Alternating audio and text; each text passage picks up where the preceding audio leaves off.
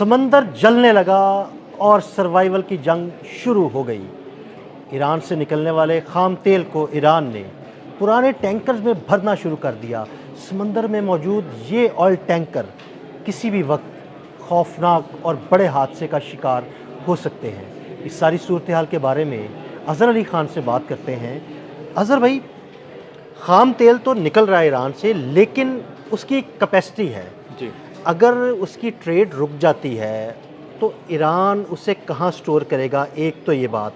और अगर ईरान ने उससे पुराने ऑयल टैंकर्स में स्टोर करना शुरू कर दिया है तो समुंदर में खड़े वो पुराने और जंग ज़दा ऑयल टैंकर्स वो किसी भी वक्त बड़े हादसे का सबब नहीं बन सकते।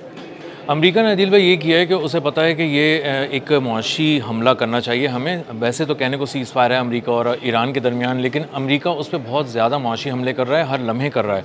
और उन्होंने कोशिश ये की है डोनाल्ड ट्रंप ने कि अब हम इनको ऐसी चोट पहुँचाएँ जो इनको मुआशी तौर पर झटका दे, और इसके लिए उन्होंने उनका तेल रोक दिया है, जाने से भी रोक दिया है और रखने से भी सामने से रोक दिया है। अब कर ये रहे हैं वो कि जो भी ऑयल टैंकर निकलता है समंदर की तरफ जाता है उनके पोर्ट से, उसको रोका जाता है, उसको डाइवर्ट कर दिया जाता है।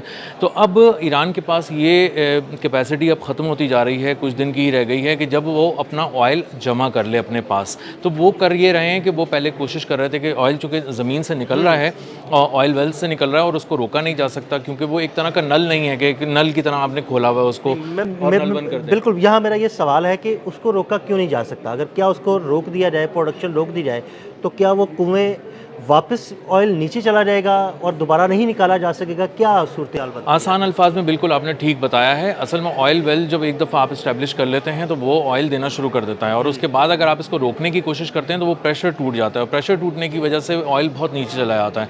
और इसका भी बहुत ज़्यादा इम्कान होता है कि अगली दफ़ा जब आप खोदने जाएंगे उसको तो बहुत टाइम लगेगा, और उसकी ड्रिलिंग में, उसकी सारी चीज़ों में, और इसके साथ साथ वो अब फिर कहाँ किस सतह पर मिलेगा ये भी कुछ नहीं कहा जा सकता।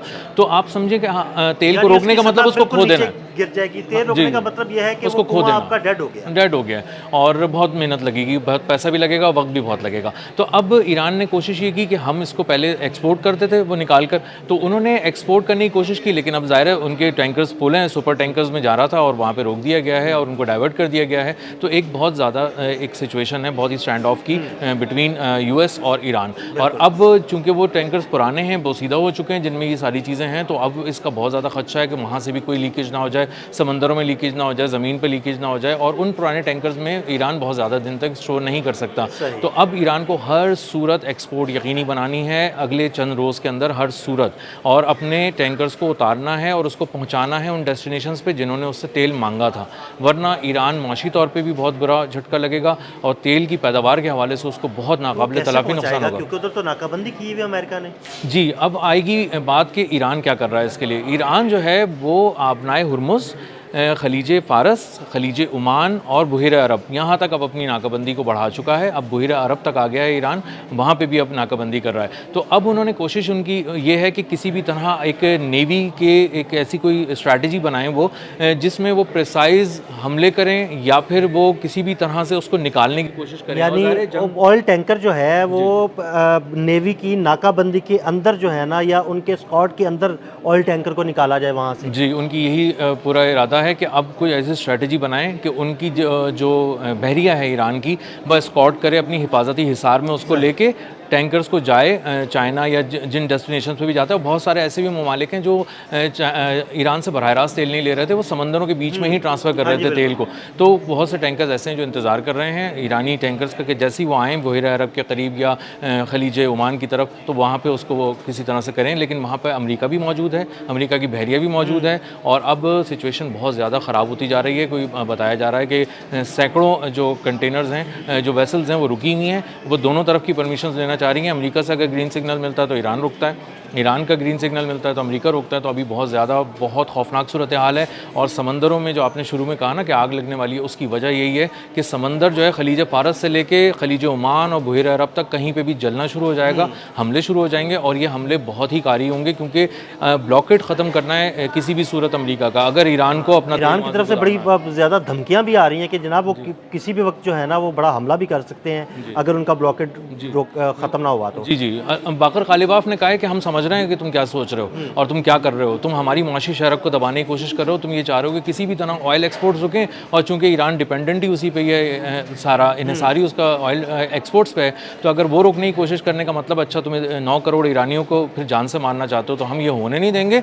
और अब तुम हमारे उस हिकमत अमली का इंतज़ार करो जो हमले की सूरत में हम डिज़ाइन कर रहे हैं, और हमला जो है वो हमारा जल्द होगा, प्रिसाइज होगा, बहुत तेज़ होगा। अच्छा अजहर भाई, मेरा एक क्वेश्चन है, वो ये कि एक रेलवे लाइन भी है जो ईरान से चाइना तक जाती है, दरमियान में वो रशियन स्टेट्स आती हैं, तो वहाँ उसके थ्रू कितना को तेल जो है ना उसकी तरसील की जा सकती है?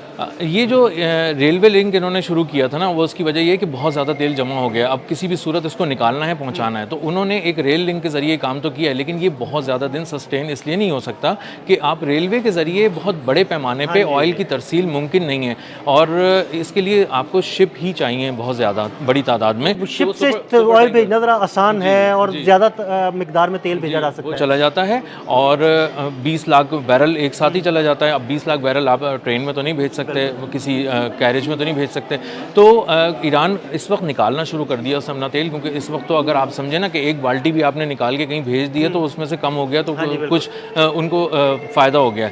लेकिन डोनाल्ड ट्रम्प ये सोच रहे हैं कि किसी भी तरह इस ब्लॉकेट को बढ़ाओ, इसको ज़रा रोको, ताकि हमें सीज़ फायर की खिलाफ वर्जी का भी इल्ज़ाम ना लगे, उसका मुआशी गला तंग हो जाए ईरान का, और इनके ऑयल वेल एक कह लें एक तरह से फट जाएं, और इसके पास ऑयल रखने की जगह ना हो, और फिर हम मज़ा चखाएं ईरान को कि क्या होता है। लेकिन ईरान इस बात को कैलकुलेट कर चुका है, और ईरान बहुत ही प्रिसीजन के साथ अब बाहर करेगा, और उनको अंदाज़ा हो गया कि अब ये जो सीज़ फायर है ना, ये बहुत ज़्यादा दिन अब इस तरह चल नहीं सकता। अच्छा अजहर भाई, जो ऑयल टैंकर्स जो वेसल्स समंदर में खड़े हैं पुराने, जिनमें ईरान ने खाम तेल भरना शुरू कर दिया है, वो पुराने हैं, जंग ज़दा हैं, अगर वहाँ से ऑयल रिसना शुरू हो गया तो वो खलीज फारस में तो बड़ा मसला हो जाएगा। ये तो अगर थोड़ा सा भी ऑयल गिरना शुरू हो गया ना, उसमें से रिसना शुरू हो गया, कोई बहुत ज़्यादा फैलने की भी बात नहीं है, अगर ये थोड़ा सा भी रिसना शुरू हो गया ना, तो पूरी दुनिया की तवज्जो इस तरफ आ जाती है। उसकी वजह ये कि पूरा जो एक मैरीटाइम का एक पूरा निज़ाम है ना, वो ख़राब होना शुरू हो जाता है।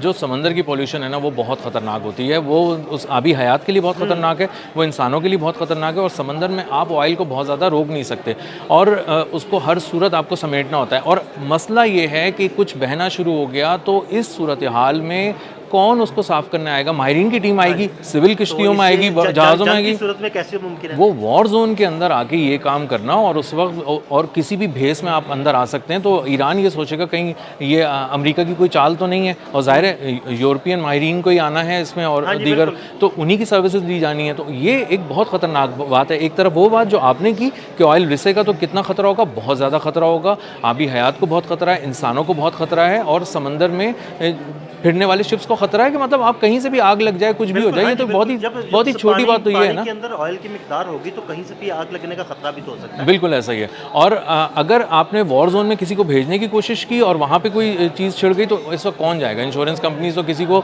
अलाउ ही नहीं कर रही कि हम किसी की इंश्योरेंस नहीं कर सकते। जो सूरत हाल है वो बहुत ख़तरनाक है, खौफनाक है। एक तो वॉर जोन बना हुआ है, दो मुल्क आमने सामने आए हुए हैं, और दोनों को एक दूसरे पर बिल्कुल कोई एतबार नहीं है, और तैयार है वो अमरीका माशी गला घोंट रहा है ईरान का। ईरान को अब ये गर्दन अपनी छुड़ानी है अगले कुछ दिन के अंदर। आप देखिएगा ये अगर यही सूरत हाल रही तो बहुत बड़ा हमला करने जा रहा है ईरान, और वो हमला तेज़ होगा, बहुत ही प्रिसाइज होगा, और वो किसी भी तरह कुछ ऐसी सिचुएशन हो जाएगी समंदरों में कि वो अपने जहाज़ों को वहाँ से निकाले और तेल को एक्सपोर्ट करना शुरू। बहुत शुक्रिया अजहर भाई। अजहर भाई ने बड़ी तफसील के साथ इस सारे मामले पर रोशनी डाली। मज़ीद अपडेट्स के लिए हमें फॉलो करते रहें। अदील अहमद और अजहर अली खान को इजाज़त दीजिएगा। अल्लाह हाफ़िज़।